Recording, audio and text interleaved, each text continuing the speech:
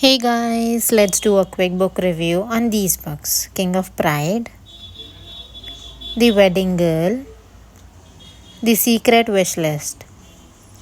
So, the first one is King of Pride. So, this story is basically about Kai Young and Isabella.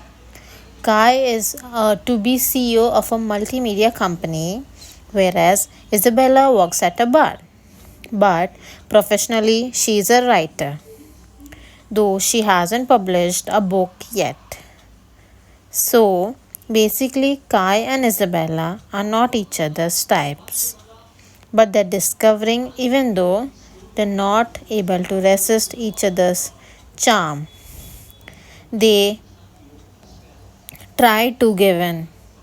So, what happens is when they start dating each other, or not in dating, basically, when they're having fun with each other, they get caught by the media.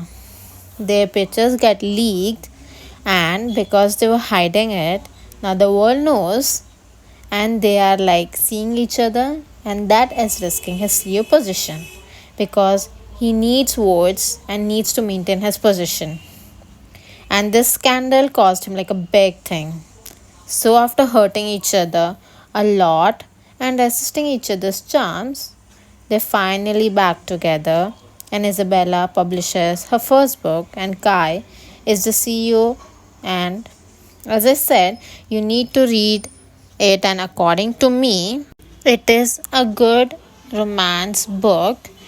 If you're really into romantic books, then this one's for you. I would give it a 2.5 rating. The next one is about The Wedding Girl. So basically, this story is about Millie, who gets engaged to her boyfriend Simon, and they're getting married. So the twist is the photographer she hired for her wedding turns out to be the same photographer who clicked pictures of her first wedding. Yes, that's the ultimate twist. So, what happens is that the guy threatens her to tell her family that she's already married and hasn't gotten a divorce yet. So, she can't get married for the second time. So, he's threatening her that he will reveal her truth. So, her first wedding truth is that she has to get married to her friend in order for her to stay in England because somehow his visa was getting expired. I really don't remember the details, how and why that marriage happened, but yes, they got married somehow, and in all this chaos and her thoughts, her family somehow gets to know the truth that she's already married and can't get married to her fiance without a divorce. So she went to look for him. While finding for her first husband, she ends up finding his boyfriend. Yes, her first husband was a gay, so somehow she was led to her first husband's boyfriend. So they together went to look for him and found out that he was dead. He had cancer for some years, which led to his death, and he has been dead for some years now. Ultimately, she finds that she can get married to her fiance, but she felt bad that her first husband is dead, and things sorted out between everyone. And she was like, why was she worrying so much about things which she shouldn't have, because she got caught up in this chaos. Anyway, she had a happy ending. She gets married to Simon, and I would like to give this book a 3.5 out of 5 ratings. Okay, so the last one is The Secret Wish List. It is about a 16-year-old girl, Diksha, who gets married off at a very young age, at 21, because she kissed her high school sweetheart Ankit, which was forbidden according to her family. So they changed her school first. They put her into a girls' school later on. After finishing her studies, they get her married, and she forgets about everything and moves on in her life.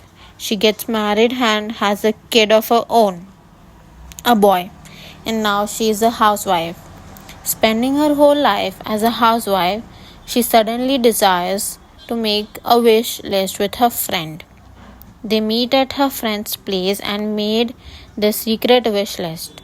So this secret wish list is very spicy and has some forbidden desires of her, such as sleeping with some other guy than her husband. Another one is that she wants to learn salsa. So she starts the salsa classes without informing her husband about it, and somehow one day her husband caught her and he's so furious with her that he stops talking to her for a long time. After that, this one surprising day, she meets Ankit, her high school sweetheart. Seeing him, her desires begins again, and she secretly starts meeting him every single day.